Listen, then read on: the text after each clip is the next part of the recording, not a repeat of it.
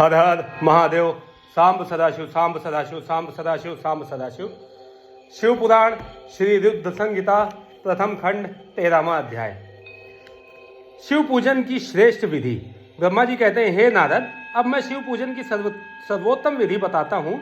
यह विधि समस्त अभीष्ट तथा सुखों को प्रदान करने वाली है।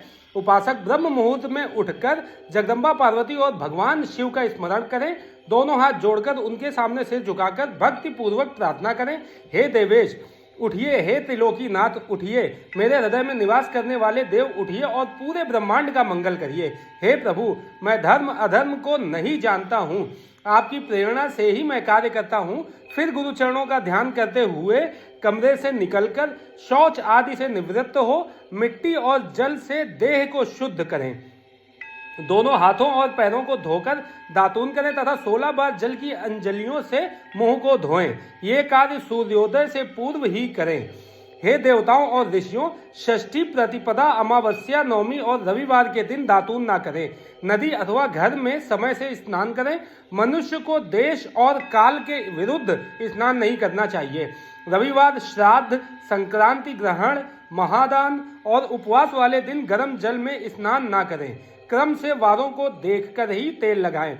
जो मनुष्य नियम पूर्वक रोज तेल लगाता है उसके लिए तेल लगाना किसी भी दिन दूषित नहीं है। सरसों के तेल को ग्रहण के दिन प्रयोग में ना लाएं। इसके उपरांत स्नान पूर्व या उत्तर की ओर मुख करके करें। स्नान के उपरांत स्वच्छ अर्थात धुले हुए वस्त्र को धारण करें। दूसरों के पहने हुए अथवा रात में सोते समय पहने वस्त्रों को बिना धुले धारण न करें। स्नान के बाद पितरों एवं देवताओं को प्रसन्न करने हेतु तर्पण करें। उसके बाद धुले हुए वस्त्र धारण करें और आचमन करें। पूजा हेतु स्थान को गोबर आदि से लीप कर शुद्ध करें। वहां लकड़ी के आसन की व्यवस्था करें। ऐसा आसन अभीष्ट फल देने वाला होता है। उस आसन पर बिछाने के लिए मृग अर्थात हिरण की खाल की व्यवस्था करें। उस पर बैठकर भस्म से त्रिपुंड लगाएं। त्रिपुंड से जप तप तथा दान सफल होता है। त्रिपुंड लगाकर रुद्राक्ष धारण करें। तत्पश्चात मंत्रों का उच्चारण करते हुए आचमन करें। पूजा सामग्री को एकत्र करें। फिर जल, गंध और अक्षत के पात्र को दाहिने भाग में रखें। फिर गुरु की आज्ञा लेकर और उनका ध्यान करते हुए सपरिवार शिव का पूजन करें। विघ्न विनाशक गणेश जी का बुद्धि सिद्धि सहित पूजन करें। ओम गणपतिये नमः का जाप करके उन्हें नमस्कार करें तथा क्षमा याचना करें। कार्तिकेय एवं गणेश जी का एक साथ पूजन करें तथा उन्हें बारंबार नमस्कार करें। फिर द्वार पर स्थित लंबोदर नामक द्वारपाल की पूजा करें। तत्पश्चात भगवती देवी की पूजा करें। चंदन, कुमकुम, धूप, दीप और नैवेद्य से शिव जी का पूजन करें। प्रेम पूर्वक नमस्कार करें। अपने घर में मिट्टी, सोना, चांदी, धातु या अन्य किसी धातु की शिव प्रतिमा बनाएं। भक्ति पूर्वक शिव जी की पूजा कर उन्हें नमस्कार करें। मिट्टी का शिवलिंग बनाकर विधि पूर्वक उसकी स्थापना करें तथा उसकी प्राण प्रतिष्ठा करें। घर में भी मंत्रोच्चार करते हुए पूजा करनी चाहिए। पूजा उत्तर की ओर मुख करके करनी चाहिए। आसन पर बैठकर गुरु को नमस्कार करें। अर्घ्य पात्र से शिवलिंग पर जल चढ़ाएं। शांत मन से पूर्ण श्रद्धावनत होकर महादेव जी का आह्वान इस प्रकार करें। जो कैलाश के शिखर पर निवास करते हैं और पार्वती देवी के पति हैं, जिनके स्वरूप का वर्णन शास्त्रों में है, जो समस्त देवताओं के लिए पूजित हैं, जिनके 5 मुख 10 हाथ तथा प्रत्येक मुख पर 3-3 नेत्र हैं, जो सिर पर चंद्रमा का मुकुट और जटा धारण किए हुए हैं, जिनका रंग कपूर के समान है, जो बाघ की खाल बांधते हैं, जिनके गले में वासुकी नामक नाग लिपटा है, जो सभी मनुष्यों को शरण देते हैं और सभी भक्तगण जिनकी जय जयकार करते हैं, जिनका सभी वेद और शास्त्रों में गुणगान किया गया है, ब्रह्मा विष्णु जिनकी स्तुति करते हैं, जो परम आनंद देने वाले तथा भक्त वत्सल हैं, ऐसे देवों के देव महादेव भगवान शिव जी का मैं आवाहन करता हूँ। इस प्रकार आवाहन करने के पश्चात उनका आसन स्थापित करें। आसन के बाद शिव जी को पाद्य और अर्घ्य दें। पंचामृत के द्रव्यों द्वारा शिवलिंग को स्नान कराएं तथा मंत्रों सहित द्रव्य अर्पित करें। स्नान के पश्चात सुगंधित चंदन का लेप करें तथा सुगंधित जलधारा से उनका अभिषेक करें। फिर आचमन कर जल दें और वस्त्र अर्पित करें। मंत्रों द्वारा भगवान शिव को तिल, जौ, गेहूं, मूंग और उड़द अर्पित करें। पुष्प चढ़ाएं। शिव जी के प्रत्येक मुख पर कमल, शतपत्र, शंख पुष्प, कुश पुष्प, धतूरा, मंदार, द्रोण पुष्प, तुलसी दल तथा बेलपत्र चढ़ाकर परा भक्ति से महेश्वर की विशेष पूजा करें। बेलपत्र समर्पित करने से शिव जी की पूजा सफल होती है। तत्पश्चात सुगंधित चूर्ण तथा सुवासित तेल बड़े हर्ष के साथ भगवान शिव को अर्पित करें। गुग्गुल और अगरू की धूप करें। घी का दीपक जलाएं। प्रभो शंकर, आपको हम नमस्कार करते हैं। आप अर्घ्य को स्वीकार करके मुझे रूप दीजिए, यश दीजिए और भोग व मोक्ष रूपी फल प्रदान कीजिए। यह कहकर अर्घ्य अर्पित करें। नैवेद्य व तांबूल अर्पित करें। 5 बत्ती की आरती करें। 4 बार पैरों में, 2 बार नाभि के सामने, 1 बार मुख के सामने तथा संपूर्ण शरीर में 7 बार आरती दिखाएं। तत्पश्चात शिव जी की परिक्रमा करें। हे प्रभु शिव शंकर, मैंने आज्ञा से अथवा जानबूझकर जो पूजन किया है वह आपकी कृपा से सफल हो। हे भगवान, मेरे प्राण आप में लगे हैं। मेरा मन सदा आपका ही चिंतन करता है। हे गौरीनाथ, भूतनाथ, आप मुझ पर प्रसन्न होइए। प्रभु, जिनके पैर लड़खड़ाते हैं उनका आप ही एकमात्र सहारा है। जिन्होंने कोई भी अपराध किया है उनके लिए आप ही शरणदाता हैं। यह प्रार्थना करके पुष्पांजलि अर्पित करें तथा पुनः भगवान शिव को नमस्कार करें। देवेश्वर प्रभो, अब आप परिवार सहित अपने स्थान को पधारें तथा जब पूजा का समय हो तब पुनः यहाँ पधारें। इस प्रकार भगवान शंकर की प्रार्थना करते हुए उनका विसर्जन करें और उस जल को अपने हृदय में लगाकर मस्तक पर लगाएं। हे महर्षियों, इस प्रकार मैंने आपको शिव पूजन की सर्वोत्तम विधि बता दी है जो भोग और मोक्ष प्रदान करने वाली है। ऋषिगण बोले, हे ब्रह्मा जी, आप सर्वश्रेष्ठ हैं। आपने हम पर कृपा कर शिव पूजन की सर्वोत्तम विधि का वर्णन हमसे किया, जिसे सुनकर हम सब कृतार्थ हो गए। हर हर महादेव। सांब सदाशिव, सांब सदाशिव, सांब सदाशिव, सांब सदाशिव। 14वां अध्याय, पुष्पों द्वारा शिव पूजा का महात्म्य। ऋषियों ने पूछा, हे महाभाग, अब आप यह बताइए कि भगवान शिव की किन किन फूलों से पूजा करनी चाहिए। विभिन्न फूलों से पूजा करने पर क्या क्या फल प्राप्त होते हैं। सूत जी बोले, हे ऋषियों, यही प्रश्न नारद जी ने ब्रह्मा जी से किया था। ब्रह्मा जी ने उन्हें पुष्पों द्वारा शिव जी की पूजा का महात्म्य को बताया। ब्रह्मा जी ने कहा, नारद, लक्ष्मी अर्थात धन की कामना करने वाले मनुष्य को कमल के फूल, बेलपत्र, शतपत्र और शंख पुष्प से भगवान शिव का पूजन करना चाहिए। 1 लाख पुष्पों द्वारा भगवान शिव की पूजा होने पर सभी पापों का नाश हो जाता है और लक्ष्मी की प्राप्ति होती है। 1 लाख फूलों से शिव जी की पूजा करने से मनुष्य को संपूर्ण अभीष्ट फलों की प्राप्ति होती है। जिसके मन में कोई कामना न हो वह उपासक इस पूजन से शिव स्वरूप हो जाता है। मृत्युंजय मंत्र के 5 लाख जाप पूरा होने पर महादेव के स्वरूप के दर्शन हो जाते हैं। 1 लाख जाप से शरीर की शुद्धि होती है। दूसरे लाख जाप से पहले जन्म की बातें याद आ जाती हैं। तीसरे लाख जाप के पूर्ण होने पर इच्छा की गई सभी वस्तुओं की प्राप्ति हो जाती है। चौथे लाख जाप पूर्ण होने पर भगवान शिव सपनों में दर्शन देते हैं। 5वां लाख जाप पूरा होने पर वे प्रत्यक्ष दर्शन देते हैं। मृत्युंजय मंत्र के 10 लाख जाप करने से संपूर्ण फलों की सिद्धि होती है। मोक्ष की कामना करने वाले मनुष्य को 1 लाख दर्भों दूर्वा से शिव पूजन करना चाहिए। आयु वृद्धि की इच्छा करने वाले मनुष्य को 1 लाख दुर्वाओं द्वारा पूजन करना चाहिए। पुत्र प्राप्ति की इच्छा रखने वाले मनुष्य को 1 लाख धतूरे के फूलों से पूजा करनी चाहिए। पूजन में लाल डंठल वाले धतूरे को शुभदायक माना जाता है। यश प्राप्ति के लिए 1 लाख अगस्त के फूलों से पूजा करनी चाहिए। तुलसी दल द्वारा शिव जी की पूजा करने से भोग और मोक्ष की प्राप्ति होती है। अड़हुल, जवा कुसुम के 1 लाख फूलों से पूजा करने पर शत्रुओं की मृत्यु होती है। 1 लाख करवीर के फूलों से शिव पूजन करने पर समस्त रोगों का नाश हो जाता है। दोपहरिया के फूलों के पूजन से आभूषण तथा चमेली के फूलों के पूजन से वाहन की प्राप्ति होती है। अलसी के फूलों से शिव पूजन करने से विष्णु जी भी प्रसन्न होते हैं। बेलों के फूलों से अर्घ्य देने पर अच्छे जीवन साथी की प्राप्ति होती है। जूही के फूलों से पूजन करने पर घर में धन संपदा का वास होता है तथा अन्न के भंडार भर जाते हैं। कनेर के फूलों से पूजा करने पर वस्तुओं की प्राप्ति होती है। सेदु आदि और शेफालिका के फूलों से पूजन करने पर मन निर्मल हो जाता है। हार श्रृंगार के फूलों से पूजन करने पर सुख संपत्ति की वृद्धि होती है। राई के 1 लाख फूलों से पूजन करने पर शत्रु मृत्यु को प्राप्त होते हैं। चंपा और केवड़े के फूलों से शिव पूजन नहीं करना चाहिए। ये दोनों फूल महादेव के पूजन के लिए अयोग्य होते हैं। इसके अलावा सभी फूलों का पूजा में उपयोग किया जा सकता है। महादेव जी पर चावल चढ़ाने से लक्ष्मी की प्राप्ति होती है। ये चावल अखंडित होने चाहिए उन्हें विधि पूर्वक अर्पित करें। रुद्र प्रधान मंत्र से पूजन करते हुए शिवलिंग पर वस्त्र अर्पित करें। गंध पुष्प और श्रीफल चढ़ाकर धूप दीप से पूजन करने से पूजा का पूरा फल प्राप्त होता है। उसी प्रांगण में 12 ब्राह्मणों को भोजन कराएं, इससे सांगोपांग पूजा संपन्न होती है। 1 लाख तिलों से शिव जी का पूजन करने पर समस्त दुखों और क्लेशों का नाश होता है। जौ के दाने चढ़ाने पर स्वर्गीय सुख की प्राप्ति होती है। गेहूं के बने भोजन से 1 लाख बार शिव पूजन करने से संतान की प्राप्ति होती है।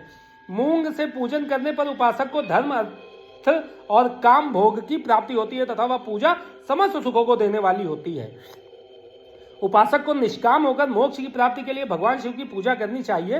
भक्ति भाव से विधि पूर्वक शिव की पूजा करके जल धारा समर्पित करनी चाहिए। शत रुद्रीय मंत्र से 11 रुद्र जप, सूक्त, षडंग, महामृत्युंजय और गायत्री मंत्र में नमः लगाकर नामों से अथवा प्रणव ओम मंत्र द्वारा शास्त्रोक्त मंत्र से जलधारा शिवलिंग पर चढ़ाएं। धारा पूजन से संतान की प्राप्ति होती है। सुख और संतान की वृद्धि के लिए जलधारा का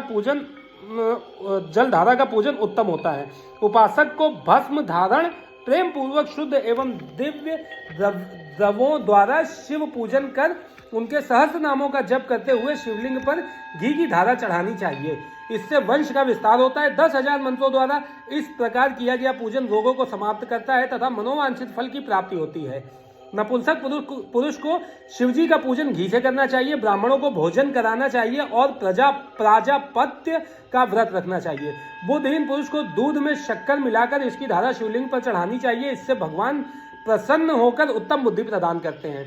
यदि मनुष्य का मन उदास रहता हो, जी उचट जाए, कहीं भी प्रेम न रहे, दुख बढ़ जाए तथा घर में सदैव लड़ाई रहती हो, तो मनुष्य को शक्कर मिश्रित दूध 10,000 मंत्रों का जाप करते हुए शिवलिंग को अर्पित करना चाहिए। खुशबू वाला तेल चढ़ाने पर भोगों की प्राप्ति होती है। यदि शिवजी पर शहद चढ़ाया जाए तो टीबी जैसा रोग भी समाप्त हो जाता है। शिवजी को गन्ने का रस चढ़ाने से आनंद की प्राप्ति होती है। गंगा जल को चढ़ाने से भोग और मोक्ष की प्राप्ति होती है। उपरोक्त वस्तुओं को अर्पित करते समय मृत्युंजय मंत्र के 10,000 जाप करने चाहिए और 11 ब्राह्मणों को भोजन कराना चाहिए। इस प्रकार शिवजी की विधि सहित पूजा करने से पुत्र पौत्रादि सहित सब सुखों को भोगकर अंत में शिवलोक की प्राप्ति होती है। हर हर महादेव, सांब सदाशिव, सांब सदाशिव, सांब सदाशिव, सांब सदाशिव। 15वां अध्याय, सृष्टि का वर्णन। नारद जी ने पूछा, हे पितामह, आपने बहुत सी ज्ञान बढ़ाने वाली उत्तम बातों को सुनाया। कृपया इसके अलावा और भी जो आप सृष्टि एवं उससे संबंधित लोगों के बारे में जानते हैं हमें बताने की कृपा करें। ब्रह्मा जी बोले, मुने, हमें आदेश देकर जब महादेव जी अंतर्धान हो गए तो मैं उनकी आज्ञा का पालन करते हुए ध्यान मग्न होकर अपने कर्तव्यों के विषय में सोचने लगा। उस समय भगवान श्री हरि विष्णु से ज्ञान प्राप्त कर मैंने सृष्टि की रचना करने का निश्चय किया। भगवान विष्णु मुझे आवश्यक उपदेश देकर वहां से चले गए। भगवान शिव की कृपा से ब्रह्मांड से बाहर बैकुंठ धाम में जा पहुंचे और वहीं निवास करने लगे। सृष्टि की रचना करने के उद्देश्य से मैंने भगवान शिव और विष्णु का स्मरण करके जल को हाथ में लेकर ऊपर की ओर उछाला। इससे वहां एक अंड प्रकट हुआ जो 24 तत्वों का समूह कहा जाता है। वह विराट आकार वाला अंड जड़ रूप में था। उसे चेतनता प्रदान करने हेतु मैं कठोर तप करने लगा और 12 वर्षों तक तप करता रहा। तब श्री हरि विष्णु स्वयं प्रकट हुए और प्रसन्नता पूर्वक बोले। श्री विष्णु ने कहा, ब्रह्मन, मैं तुम पर प्रसन्न हूँ, जो इच्छा हो वह वर मांग लो। भगवान शिव की कृपा से मैं सब कुछ देने में समर्थ हूँ। ब्रह्मा बोले, महाभाग, आपने मुझ पर बड़ी कृपा की। भगवान शंकर ने मुझे आपके हाथों में सौंप दिया है। आपको मैं नमस्कार करता हूँ। कृपा कर इस विराट 24 तत्वों से बने अंड को चेतना प्रदान कीजिए। मेरे ऐसा कहने पर श्री विष्णु ने अनंत रूप धारण कर अंड में प्रवेश किया। उस समय उनके सहस्त्रों मस्तक, सहस्त्र आंखें और सहस्त्र पैर थे। उनके अंड में प्रवेश करते ही वह चेतन हो गया। पाताल से सत्यलोक तक अंड के रूप में वहां विष्णु भगवान विराजने लगे। अंड में विराजमान होने के कारण विष्णु जी वैराज पुरुष कहलाए। पंचमुख महादेव ने अपने निवास हेतु कैलाश नगर का निर्माण किया। देवर्षि संपूर्ण ब्रह्मांड का नाश होने पर भी बैकुंठ और कैलाश अमर रहेंगे, अर्थात इनका नाश नहीं हो सकता। महादेव की आज्ञा से ही मुझ में सृष्टि की रचना करने की इच्छा उत्पन्न हुई है। अनजाने में ही मुझसे तमोगुणी सृष्टि की उत्पत्ति हुई, जिसे अविद्या पंचक कहते हैं। उसके पश्चात भगवान शिव की आज्ञा से स्थावर संज्ञक वृक्ष, जिसे पहला सर्ग कहते हैं, का निर्माण हुआ, परंतु पुरुषार्थ का साधक नहीं था। अतः दूसरा सर्ग तिर्यक श्रोता प्रकट हुआ। यह दुखों से भरा हुआ था। तब ब्रह्मा जी द्वारा ऊर्ध्व श्रोता नामक तीसरे सर्ग की रचना की गई। यह सात्विक सर्ग देव सर्ग के नाम से प्रसिद्ध हुआ। यह सर्ग सत्यवादी और परम सुखदायक है। इसकी रचना के उपरांत मैंने पुनः शिव चिंतन आरंभ कर दिया। तब एक रजोगुणी सृष्टि का आरंभ हुआ, जो अर्वाक श्रोता नाम से विख्यात हुआ। इसके बाद मैंने 5 विकृत सृष्टि और 3 प्राकृत सर्गों को जन्म दिया। पहला महत्व, दूसरा भूतों और तीसरा वैकारिक सर्ग है। इसके अलावा 5 विकृत सर्ग हैं। दोनों को मिलाकर कुल 8 सर्ग हैं। नवा कौमार सर्ग है, जिससे सनंदन कुमारों की रचना हुई है। सनत आदि मेरे 4 मानस पुत्र हैं, जो ब्रह्मा के समान हैं। वे महान व्रत का पालन करने वाले हैं। वे संसार से विमुख एवं ज्ञानी हैं। उनका मन शिव चिंतन में लगा रहता है। मुनि नारद मेरी आज्ञा पाकर भी उन्होंने सृष्टि के कार्यों में मन नहीं लगाया। इससे मुझ में क्रोध प्रवेश कर गया। तब भगवान विष्णु ने मुझे समझाया और भगवान शिव की तपस्या करने के लिए कहा। मेरी घोर तपस्या से मेरी भौहों और नाग के मध्य भाग में महेश्वर की 3 मूर्तियां प्रकट हुई, जो पूर्णांश सर्वेश्वर एवं दया सागर थीं, और भगवान शिव का अर्धनारीश्वर रूप प्रकट हुआ। जन्म मरण से रहित परम तेजस्वी सर्वज्ञ नीलकंठ साक्षात उमा वल्लभ भगवान महादेव के साक्षात दर्शन कर मैं धन्य हो गया। मैंने भक्ति भाव से उन्हें प्रणाम किया और उन्हें प्रसन्न करने के लिए उनकी स्तुति करने लगा। तब मैंने उनसे जीवों की रचना करने की प्रार्थना की। मेरी प्रार्थना स्वीकारते हुए देवादिदेव भगवान शिव ने रुद्रगणों की रचना की। तब मैंने उनसे पुनः कहा, देवेश्वर शिव शंकर, अब आप संसार की मोह माया में लिप्त ऐसे जीवों की रचना करें जो मृत्यु और जन्म के बंधन में बंधे हों। यह सुनकर महादेव जी हंसते हुए कहने लगे। शिव जी ने कहा, हे ब्रह्मा, मैं जन्म और मृत्यु के भय में लिप्त जीवों की रचना नहीं करूंगा, क्योंकि वे जीव संसार रूपी बंधन में बंधे होने के कारण दुखों से युक्त होंगे। मैं सिर्फ उनका उद्धार करूंगा, उन्हें परम ज्ञान प्रदान कर उनके ज्ञान का विकास करूंगा। हे प्रजापति, इन जीवों की रचना आप करें। मोह माया के बंधनों में बंधे इस प्रकार के जीवों की सृष्टि करने पर भी आप इस माया में नहीं बंधेंगे। मुझसे इस प्रकार कहकर महादेव शिव शंकर अपने पार्षदों के साथ वहां से अंतर्ध्यान हो गए। हर हर महादेव। सांब सदाशिव, सांब सदाशिव, सांब सदाशिव। 16वां अध्याय, सृष्टि की उत्पत्ति।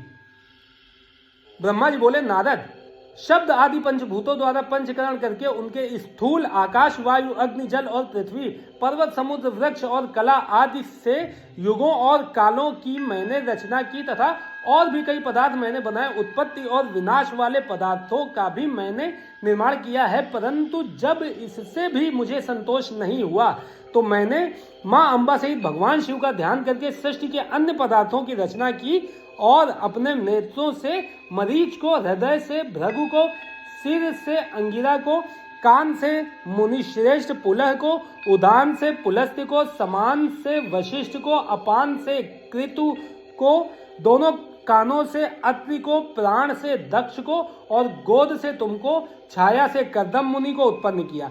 तब सब साधनाओं के साधन धर्म को भी मैंने अपने संकल्प से प्रकट किया। मुनिश्रेष्ठ, इस तरह साधकों की रचना करके महादेव जी की कृपा से मैंने अपने को कृतार्थ माना। मेरे संकल्प से उत्पन्न धर्म मेरी आज्ञा से मानव का रूप धारण कर साधन में लग गए। इसके उपरांत मैंने अपने शरीर के विभिन्न अंगों से देवता व असुरों के रूप में अनेक पुत्रों की रचना करके उन्हें विभिन्न शरीर प्रदान किए। तत्पश्चात भगवान शिव की प्रेरणा से मैं अपने शरीर को 2 भागों में विभक्त कर 2 रूपों वाला हो गया। मैं आधे शरीर से पुरुष व आधे से नारी हो गया। पुरुष स्वयंभुव मनु नाम से प्रसिद्ध हुए एवं उच्च कोटि के साधक कहलाए। नारी रूप से शतरूपा नाम वाली योगिनी एवं परम तपस्विनी स्त्री उत्पन्न हुई।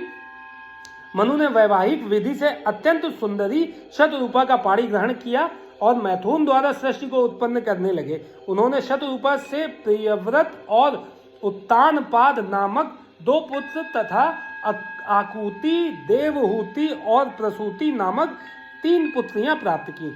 आकुति का रुचि मुनि से, देवहूति का कर्दम मुनि से तथा प्रसूति का दक्ष प्रजापति के साथ विवाह कर दिया। इनकी संतानों से पूरा जगत चराचर हो गया। रुचि और आकुति के वैवाहिक संबंध में यज्ञ और दक्षिणा नामक स्त्री पुरुष का जोड़ा उत्पन्न हुआ। यज्ञ की दक्षिणा से 12 पुत्र हुए। मुने, कर्दम और देवहूति के संबंध से बहुत सी पुत्रियां पैदा हुई। दक्ष और प्रसूति के से 24 कन्याएं हुई। दक्ष ने 13 कन्याओं का विवाह धर्म से कर दिया। ये 13 कन्याएं श्रद्धा, लक्ष्मी, धृति, तृष्टि, पुष्टि, मेधा, क्रिया, बुद्धि, लज्जा, वसु, शांति, सिद्धि और कीर्ति हैं। अन्य 11 कन्याओं ख्याति, सती, संभूति, स्मृति, प्रीति, क्षमा, सन्नति, अनुसूया, ऊर्जा, स्वाहा और स्वधा का विवाह भृगु, शिव, मरीचि, अंगिरा, पुलस्त्य, पुलह, क्रतु, अत्रि, वशिष्ठ, अग्नि और पितर नामक मुनियों से संपन्न किया।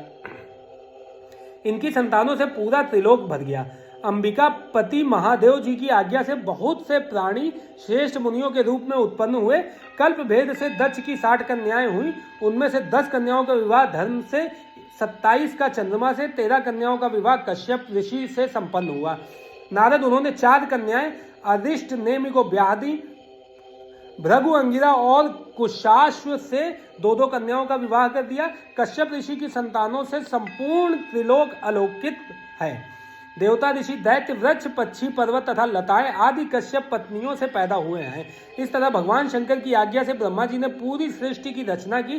सर्वव्यापी शिव जी द्वारा तपस्या के लिए प्रकट देवी जिन्हें रुद्र देव ने त्रिशूल के अग्रभाग पर रखकर उनकी रक्षा की, वे सती देवी ही दक्ष से प्रकट हुई थी। उन्होंने भक्तों द्वारा उद्धार करने के लिए अनेक लीलाएं की। इस प्रकार देवी शिवा ही सती के रूप में भगवान शंकर की अर्धांगिनी बनी। परंतु अपने पिता के यज्ञ में अपने पति का अपमान देखकर उन्होंने अपने शरीर को यज्ञ की अग्नि में भस्म कर दिया। देवताओं की प्रार्थना पर ही वे मां सती पार्वती के रूप में प्रकट हुई और कठिन तपस्या करके उन्होंने पुनः भगवान भोलेनाथ को प्राप्त कर लिया। वे इस संसार में कालिका, चंडिका, भद्रा, चामुंडा, विजया, जया, जयंती, भद्रकाली, दुर्गा, भगवती, कामाख्या, कामदा, अम्बा, मृडानी और सर्वमंगला आदि अनेक नामों से पूजी जाती हैं।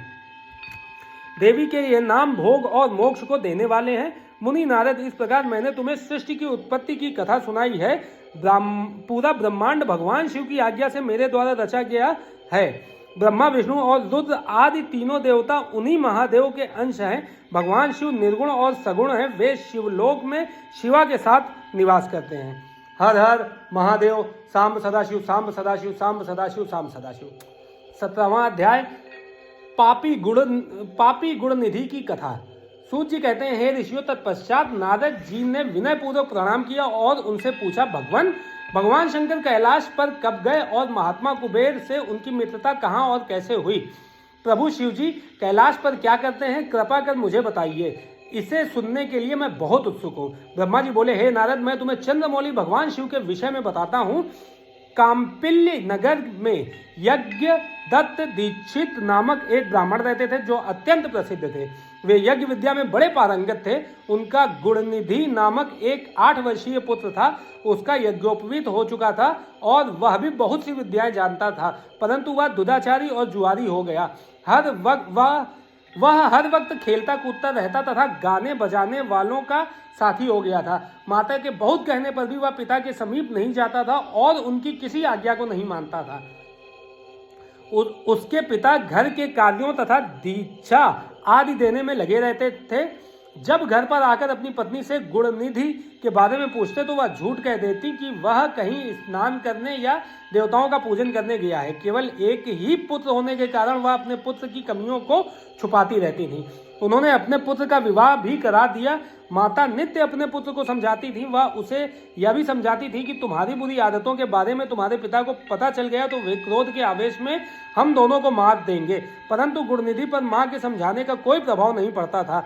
एक दिन उसने अपने पिता की अंगूठी चुरा ली और उसे जुए में हार आया। दैव योग से उसके पिता को अंगूठी के विषय में पता चल गया। जब उन्होंने अंगूठी जुआरी के हाथ में देखी और उससे पूछा तो जुआरी ने कहा, मैंने कोई चोरी नहीं की है, अंगूठी मुझे तुम्हारे पुत्र ने ही दी है। यही नहीं बल्कि उसने और जुआरियों को भी बहुत सारा धन घर से लाकर दिया है, परंतु आश्चर्य तो यह है कि तुम जैसे पंडित भी अपने पुत्र के लक्षणों को नहीं जान पाए। यही सारी बातें सुनकर पंडित दीक्षित का सिर शर्म से झुक गया। वे सिर झुकाकर अपना मुंह ढककर अपने घर की ओर चल दिए। घर पहुंचकर गुस्से से उन्होंने अपनी पत्नी को पुकारा। अपनी पत्नी से उन्होंने पूछा, तेरा लाडला पुत्र कहाँ है? मेरी अंगूठी जो मैंने सुबह तुम्हें दी थी वह कहाँ है? मुझे जल्दी से दो। पंडित की पत्नी ने फिर झूठ बोल दिया, मुझे स्मरण नहीं है कि वह कहाँ है। अब तो दीक्षित जी को और भी क्रोध आ गया। वे अपनी पत्नी से बोले, तू बड़ी सत्यवादिनी है, इसलिए मैं जब भी गुणनिधि के बारे में पूछता हूँ तब मुझे अपनी बातों से बहला देती है। यह कहकर दीक्षित जी घर के अन्य सामानों को ढूंढने लगे, किंतु उन्हें कोई वस्तु न मिली, क्योंकि वे सब वस्तुएं गुणनिधि जुए में हार चुका था। क्रोध में आकर पंडित ने अपनी पत्नी और पुत्र को घर से निकाल दिया और दूसरा विवाह कर लिया। हर हर महादेव। सांब सदाशिव, सांब सदाशिव, सांब सदाशिव। 18वां अध्याय, गुणनिधि को मोक्ष की प्राप्ति। ब्रह्मा जी बोले, हे नारद, जब यह समाचार गुणनिधि को मिला तो उसे अपने भविष्य की चिंता हुई। वह कई दिनों तक भूखा प्यासा भटकता रहा। एक दिन भूख प्यास से व्याकुल वह एक शिव मंदिर के पास बैठ गया। एक शिव भक्त अपने परिवार सहित शिव पूजन के लिए विविध सामग्री लेकर वहां आया था। उसने परिवार सहित भगवान शिव का विधि विधान से पूजन किया और नाना प्रकार के पकवान शिवलिंग पर चढ़ाए। पूजन के बाद वे लोग वहां से चले गए तो गुणनिधि ने भूख से मजबूर होकर उस भोग को चोरी करने का विचार किया और मंदिर में चला गया। उस समय अंधेरा हो चुका था, इसलिए उसने अपने वस्त्र को जलाकर उजाला किया। यह मानो उसने भगवान शिव को के सम्मुख दीप जलाकर दीपदान किया था। जैसे ही वह सब भोग उठाकर भागने लगा, उसके पैरों की धमक से लोगों को पता चल गया कि उसने मंदिर में चोरी की है। सभी उसे पकड़ने के लिए दौड़े और उसका पीछा करने लगे। नगर के लोगों ने उसे खूब मारा। उनकी मार को उसका भूखा शरीर सहन नहीं कर सका। उसके प्राण पखेरु उड़ गए। उसके कुकर्मों के कारण यमदूत उसे बांधकर ले जा रहे थे। तभी भगवान शिव के पार्षद वहां आ गए और गुणनिधि को यमदूतों के बंधनों से मुक्त करा दिया। यमदूतों ने शिवगणों को नमस्कार किया और बताया कि यह बड़ा पापी और धर्म कर्म से हीन है। यह अपने पिता का भी शत्रु है। इसने शिव जी के भोग की भी चोरी की है। इसने बहुत पाप किए हैं, इसलिए यह यमलोक का अधिकारी है। इसे हमारे साथ जाने दें ताकि विभिन्न नरकों को यह भोग सके। तब शिवगणों ने उत्तर दिया कि निश्चय ही गुणनिधि ने बहुत से पाप कर्म किए हैं, परंतु इसने कुछ पुण्य कर्म भी किए हैं जो संख्या में कम होने पर भी पाप कर्मों को नष्ट करने वाले हैं। इसने रात्रि में अपने वस्त्र को फाड़कर शिवलिंग के समक्ष दीपक में बत्ती डालकर उसे जलाया और दीपदान किया। इसने अपने पिता के श्रीमुख से एवं मंदिर के बाहर बैठकर शिवगणों को सुना है और ऐसे ही और भी अनेक धर्म कर्म इसने किए हैं। इतने दिनों तक भूखा रहकर इसने व्रत किया और शिव दर्शन तथा शिव पूजन भी अनेकों बार किया है। इसलिए यह हमारे साथ शिवलोक को जाएगा, वहां कुछ दिनों तक निवास करेगा। जब इसके संपूर्ण पापों का नाश हो जाएगा तो भगवान शिव की कृपा से यह कलिंग देश का राजा बनेगा। अतः यमदूतों, तुम अपने लोक को लौट जाओ। यह सुनकर यमदूत यमलोक को चले गए। उन्होंने यमराज को इस विषय में सूचना दे दी और यमराज ने इसको प्रसन्नता पूर्वक स्वीकार कर लिया। तत्पश्चात गुणनिधि नामक ब्राह्मण को लेकर शिवगण शिवलोक को चल दिए। कैलाश पर भगवान शिव और देवी उमा विराजमान थे, उसे उनके सामने लाया गया। गुणनिधि ने भगवान शिव उमा की चरण वंदना की और उनकी स्तुति की। उसने महादेव से अपने किए कर्मों के बारे में क्षमा याचना की। भगवान ने उसे क्षमा प्रदान कर दी। वहां शिवलोक में कुछ दिन निवास करने के बाद गुणनिधि कलिंग देश के राजा अरिंदम के पुत्र दम के रूप में विख्यात हुआ। हे नारद, शिवजी की थोड़ी सी सेवा भी उसके लिए अत्यंत फलदायक हुई। इस गुणनिधि के चरित्र को जो कोई पढ़ता अथवा सुनता है उसकी सभी कामनाएं पूरी होती हैं तथा वह मनुष्य सुख शांति प्राप्त करता है। हर हर महादेव। सांब सदाशिव, सांब सदाशिव, सांब सदाशिव, सांब सदाशिव, सांब सदाशिव।